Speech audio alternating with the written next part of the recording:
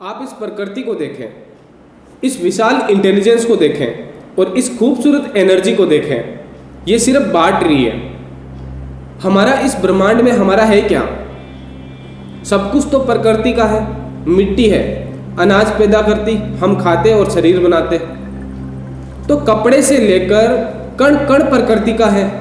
हम क्या करते? हम उसको ट्रांसफॉर्म करते हैं और अपने उपयोग में ले आते हैं। तो प्रकृति तो बांट रही है और यहाँ पर सब कुछ हर कोई बांट रहा है। देखिए, हवा ऑक्सीजन बांट रही है, सूर्य रोशनी बांट रहा है, जल हमें प्राण दे रहा है और पृथ्वी हमें पाल रही है। और हम क्या करते हैं? हम मांगते हैं, बांटते नहीं।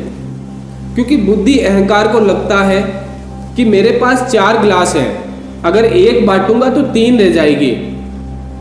तो आप सोचो कि बुद्धि और अहंकार कितने बड़े मूर्ख हैं, क्योंकि वो दृश्य देखते हैं, नियम कभी नहीं देखते।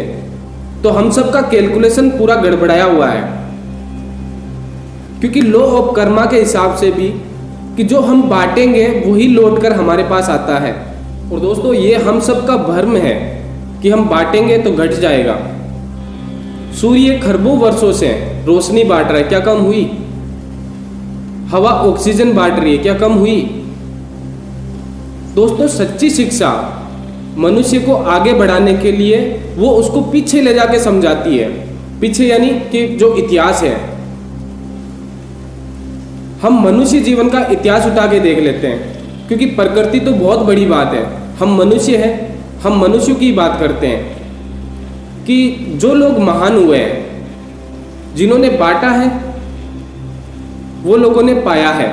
जैसे अगर लता मंगेशकर ये सोचती कि यार, हमारी तरह सोचती कि यार नहीं, मेरी इतनी मधुर आवाज़ है, मैं सिर्फ अकेले में सुनूंगी या किसी को नहीं सुनाऊंगी, या फिर पक्षपात करती कि मैं अपने घर वालों को सुनाऊंगी, बाहर किसी को भी नहीं सुनाऊंगी, तो आज लता मंगेशकर का नाम भी किसी को याद नहीं होता। अगर एडिसन सोचता कि मैंने बल्ब खोज लिया, अब मैं एक कमरा बंद करके अपना बल्ब जलाऊंगा और मैं रोशनी में बैठूंगा। तो जिन्होंने बांटा उन लोगों के पास आया। तो जो लोग बांट के गए हैं उनके पास आया है। इसीलिए नियम भी यही कहता है कि जो बांटोगे, अगर आप बांटोगे तो भर दिए जाओगे, अगर आप नहीं बांटोगे तो खाली कर दिए जाओगे। अब हम मनुष्य जाति क्या कर रही है? क्योंकि सिद्धांत तो सब कुछ ठीक है, वो तो अटल है, जिनको चेंज भी नहीं कर सकते, कि जो हम बांटेंगे वो भर भर के हमारे पास वापस आएगा। तो इस नियम को तो हम चेंज नहीं कर सकते। तो हम क्या नहीं बांट रहे हैं? हम आनंद नहीं बांट रहे हैं, हम प्रेम नहीं बांट रहे हैं, और शांति तो बिल्कुल भी नहीं बांट रहे हैं। अगर कोई चैन से बैठा हुआ दिखा नहीं कि उसको उंगली करना स्टार्ट, तो हम प्रेम बांटते नहीं, हम आनंद बांटते नहीं, हम खुशी बांटते नहीं, हम शांति बांटते नहीं, हम सत्य बांटते नहीं, हम ज्ञान बांटते नहीं। फिर हम क्या कहते हैं कि दुनिया खराब है। दुनिया कैसे खराब हुई? हमने क्या बांटा? हमने जो बांटा वो तो हमें मिल रहा है। हमने टेंशन बांटी तो टेंशन आ रही है भर के, हमने चिंता दी तो चिंता आ रही है भर के। तो हम जो बांटेंगे वो तो हमें लौट कर आएगा, वो दुगुना होके आएगा।